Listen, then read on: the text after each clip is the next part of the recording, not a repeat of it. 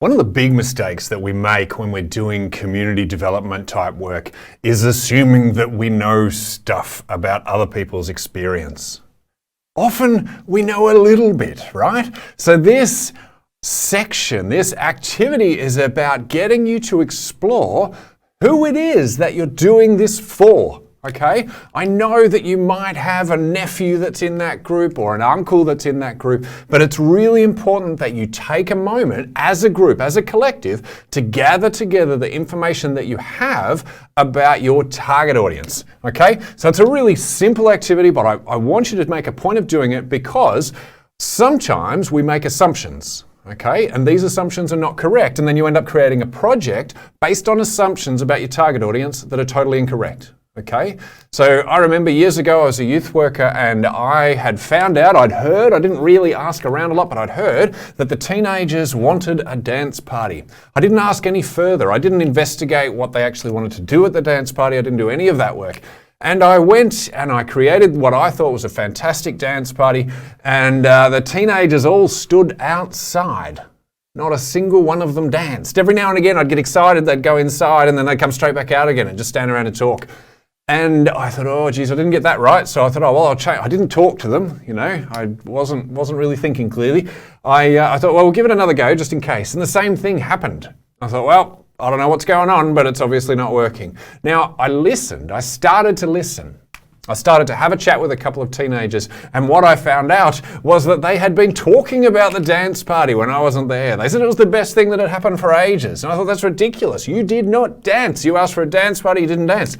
But if I had have taken the time to ask questions about who they were and what they wanted to do, what would have come through very clearly is what they wanted and were getting is a chance to hang around and talk.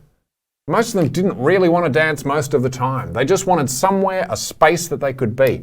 So I want you to think about your target audience. Now you might not have one, but you're going to have to narrow down. It can't be the whole community.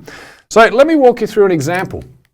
So I have a student doing a project around men asking for help in mental health. So let's start with that, something that I know a bit about. So we've got men. Now you don't need to be an artist, but let's go. We've got men. And so draw yourself a little picture, we've got men, and so the first thing we're thinking is we're thinking about mental health, right? So make a note of that because that's actually a characteristic. So mental health.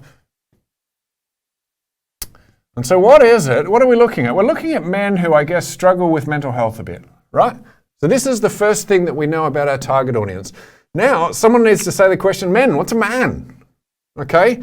Don't get too kind of, deep into that, but are we talking about a certain age group? Are we talking about 15-year-olds or are we talking about older men? Okay? Now, your group might go, you know what, I'm really concerned at the moment about men who are kind of getting a bit older, after their 40s. They're not old, but getting older. I'm 44. So, we're kind of looking at 40 plus, right?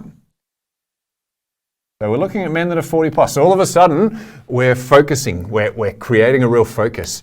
Now, go around the room and ask yourself, so we're looking at men that are local, because you're doing community work, so we can assume that. We're looking at men that live in the area. What do we know about them? Okay, so what do we know about their experiences in community? What do we know about what they do? So we might say, look, one of the things that we know about men in the community is that perhaps they're not very engaged, not involved often. Okay, so they might be involved once they get to kind of 65, but generally this kind of 40 plus. 40 to 60 age bracket are not involved, right? We do know that they have careers, that they're working. Now, what kind of work are they doing? Remember the demographic stuff we're talking about? This can be really useful. So we know that there's a fair portion there that are labourers. We know that there's some management. We also know that there's some unemployed. You get the idea. We're trying to kind of cast a wide net as to what our target audience is. So you're already starting to get a picture of the men that we're talking about.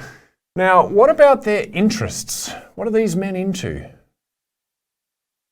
Just ask around the room. You all know some, and some, you know, if I'm thinking about a local community, I might go the land. So men are interested, you know, lots of guys have land, and so they're building things on the land, they're making things together. There may be farming.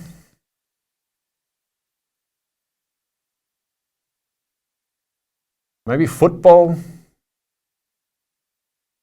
Okay, so think about the men in your community, your target audience, and just really start to clarify exactly what it is. Now, what else might we know is we might know that maybe maybe they don't have a lot of close friends. Maybe they do, maybe they don't. These are things that you need to work out. They might like going to the pub. Who doesn't?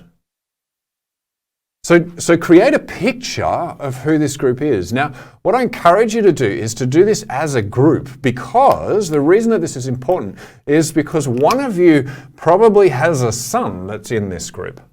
Another one has a husband. Another one has a brother. And all of you have different perspectives that will add insight to this.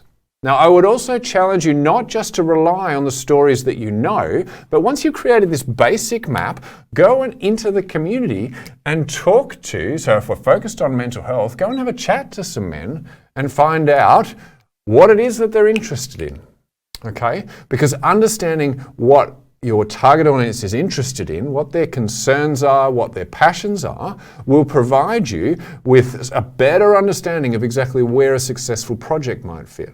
Okay, so if you look at this and you create all of this, then you go, you know what? I'm not really interested. I don't want to go to the pub, and I don't want to talk about farming. I don't want to talk about land. But you know what's really cool? Computer gaming.